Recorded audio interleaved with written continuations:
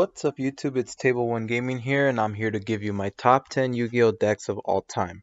This video will not include OTK or FTK decks because of how degenerate they are and don't have any type of player interaction.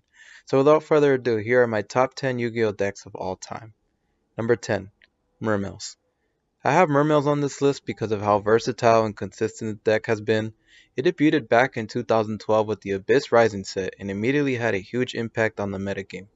The deck did struggle to win YCS events at first, but eventually the deck was able to get a win at YCS Austin, where it took 15 spots out of the top 32. The first wave of Myrrh Mills played Gen X Undying, with Gen X Controller to gain advantage. After that, the deck evolved into what was known as Mono Myrrh Mills. The deck took a backseat until Net Abyss, the Atlantean Prince was released, and made a resurgence back into the metagame.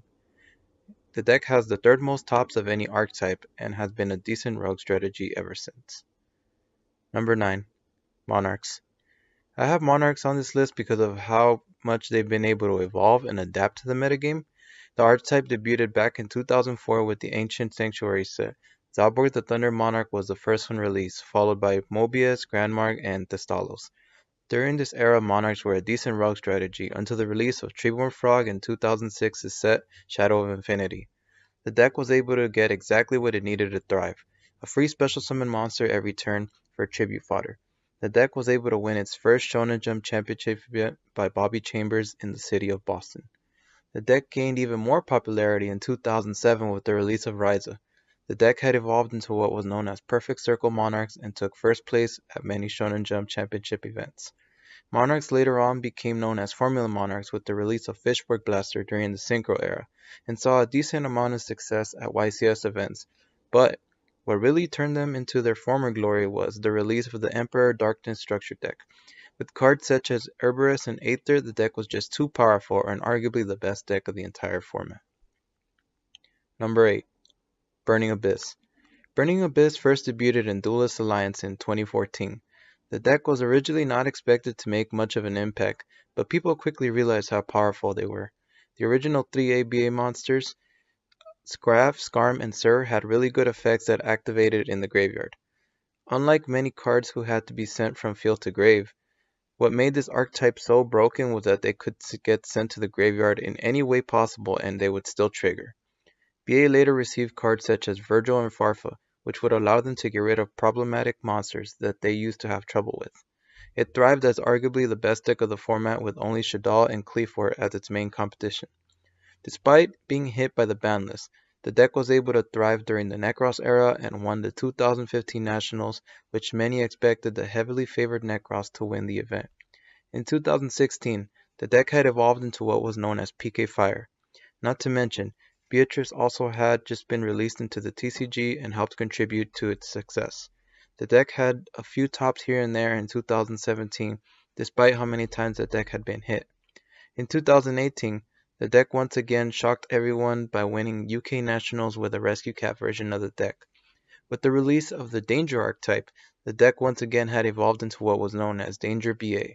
This version of the deck took many regional and YCS tops, and Burning Abyss has the most tops of any Yu-Gi-Oh archetype ever, and is well deserved for this number 8 spot. Number 7. Spirals. Spirals debuted back in 2016 in the Dark Illusion set. The deck was very fragile and not enough support to do much in the metagame. Even with support from the next 3 sets, the deck failed to thrive. All of this changed with the release of Spiral Double Helix in the Circuit Break set. Spiral became Tier 0. Spiral took a whopping 29 out of 32 spots at YCS Dallas and easily won the event. Konami realized they made a mistake and made an emergency ban list that put Drone and Quick Fix to 1. Despite these hits, the deck still managed to take 17 spots at YCS San Diego. It kept dominating events until Spiral Resort went to 1, and even then, the deck still managed to occasionally get regional or YCS tops. Number 6. Teledad. Teledad was arguably the most successful deck of the Shonen Jump era. The deck won its first Shonen Jump when it debuted by Adam Korn.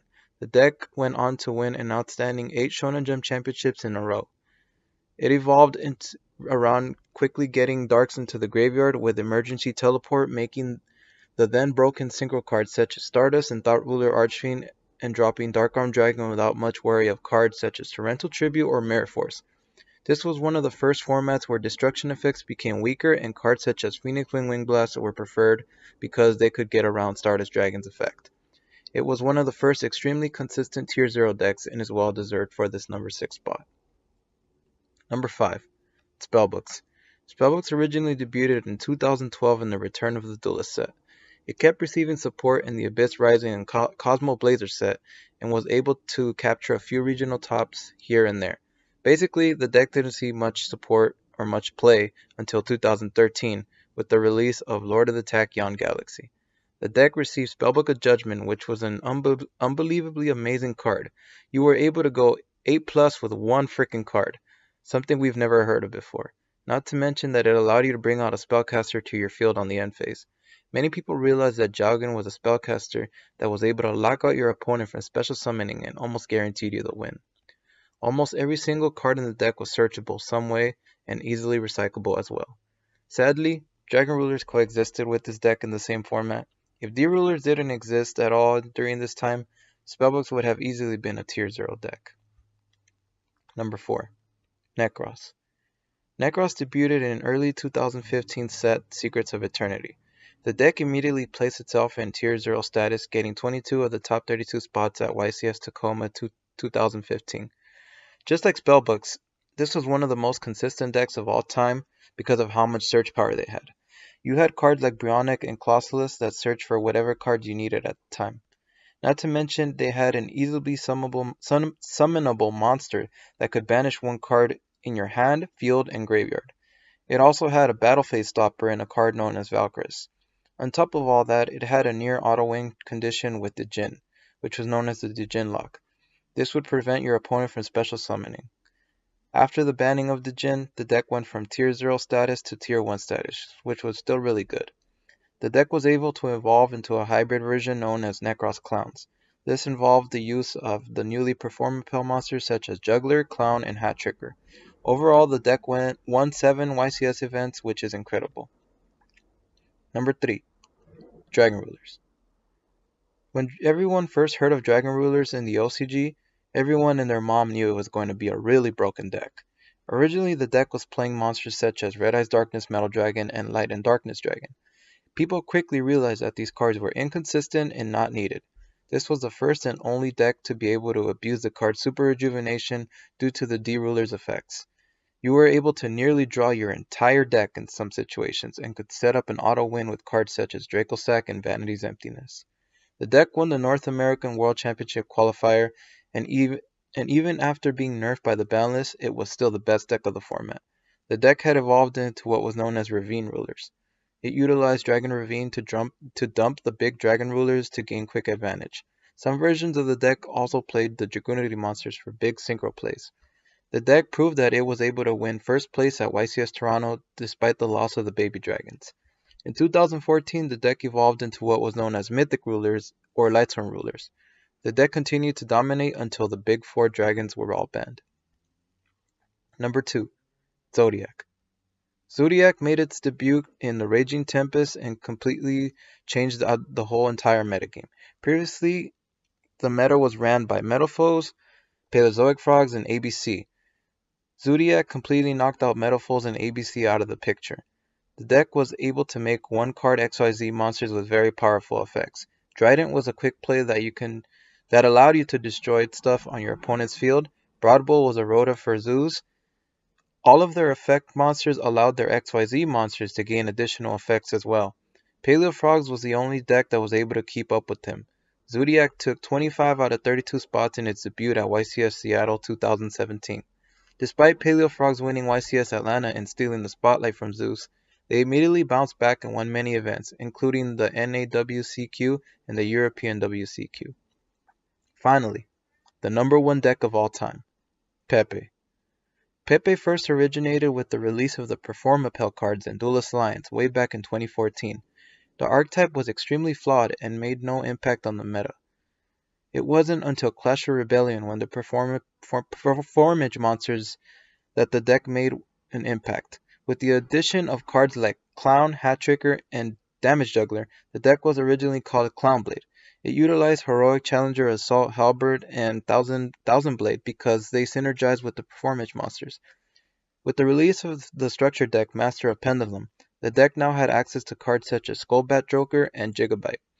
The deck now had the searcher it really needed. It was Dimension of Chaos that pushed the deck to Tier 1 status in the TCG. Performage Plushfire was an extremely broken card that allowed you to special summon any Performage monster from your deck when it was destroyed. If it was destroyed on your Pendulum Scales, it could special summon itself. Not even Abyss Dweller was able to stop this effect because Plushfire never hits the graveyard in the first place. Pepe used cards such as Luster Pendulum, Draco Slayer, and Draco Faceoff because of how well it synergized with the deck. Pepe's main competition at the time was Cosmos, and the deck hardly stood a chance because of Ignister. His effect did not destroy or target, making all Cosmos non-target effects useless against it. After the release of Breakings of Shadows, the deck cemented itself into Tier 0 status. With cards like Monkey Board, Geturtle, and Pendulum Sorcerer, the deck became extremely consistent. The deck probably bricked like once every 30 duels. Monkey Board was a 1-card Pendulum summon which was searchable through Joker or Sorcerer's effect. Geturtle synergized very well with Let's Draw, which would let you draw a total of 2 cards to dig deeper into your deck while still having Pendulum Scales on your board. Sorcerer was able to search 2 Performapal cards by popping 2 of your own cards. Usually you would pop your own Scales because they were going to be special summoned to your field anyway. With the release of the new Solemn Strike card, some people played the Ariadne build, which was also really good and consistent, which allowed you to add counter traps from your deck to your hand. This let you set up a giant board with back row for extra protection. Pepe took 29 spots of the top 32 in its debut at YCS Atlanta 2017. This was one of the most one-sided YCS events in the history of the game. Pepe is also known as the most consistent Tier 0 deck of all time, giving it the #1 spot for best Yu-Gi-Oh deck of all time. If you enjoyed this video, please like and subscribe. Also, let me know some of your thoughts on the video. I'm always open to constructive criticism. That's the best way for me to improve when I make these videos. So yeah, thanks guys. This is Table 1 Gaming, signing out.